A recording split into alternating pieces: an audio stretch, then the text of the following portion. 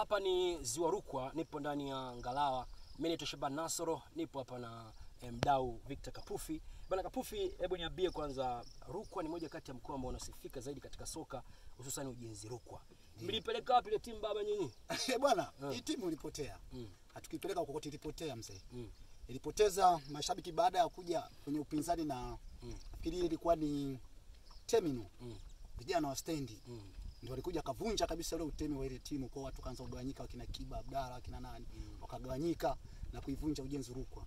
Mipango yenu ipo yenyewe na Rukwa bwana, afu mna ziwa zuri kama hili Ziwa Rukwa, utalii wa ndani, mna mipango gani? Mipango, nafikiri mipango yetu ni tunaipandisha saizi timu inaitwa Magogo. Kwa hiyo iko daraja la 3. Nafikiri kwa mwakani watu wategemee kitu kikubwa sana. Mipango ya viongozi iko vizuri, wanafanya vizuri, nafikiri mwakani tutegemee kitu kikubwa sana mzee. Bado tutegemee kitu kikubwa kutoka Ujenzi Rukwa bana. Hili ni Ziwa Rukwa, nipo na Victor Kapufi na hii ni Ngalawa unaiona, na huu ni utalii wa ndani moja kwa moja bana. Hii ni ndani ya Sumbawanga, mkoa wa Rukwa, sio mchezo. Mimi ni Shaban Nasoro.